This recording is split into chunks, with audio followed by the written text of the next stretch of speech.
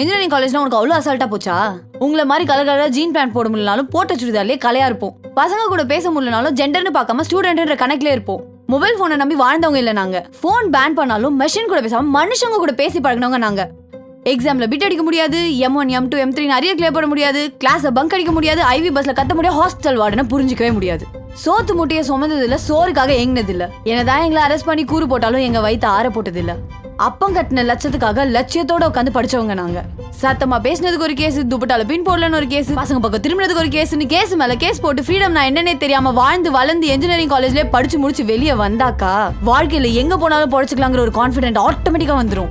3 வருஷம் காலேஜ் முடிச்சு 2 வருஷம் அப்படியே ஆஃபீஸ் போய் அதுக்கப்புறம் கல்யாணம் பண்ணிக்கிற உனக்கு 4 வருஷம் கஷ்டப்பட்டு இன்ஜினியரிங் படிச்சு முடிச்சு கிழிச்சு ஆஃபீஸ் வந்து சம்பாதிச்சு வாங்கின எஜுகேஷன் லோனை கட்டுற எங்களோட கஷ்டமும் ஃபீலிங்கும் புரியாது. உன் காலேஜ் ஜாலியா ஹாப்பியா ஃபன்னா இருந்தது. ஆனா உன் காலேஜ் ஒரு வகையான ஃபன்னா, ஏன் காலேஜ் ஒரு வகையான ஃபன்னு தான்.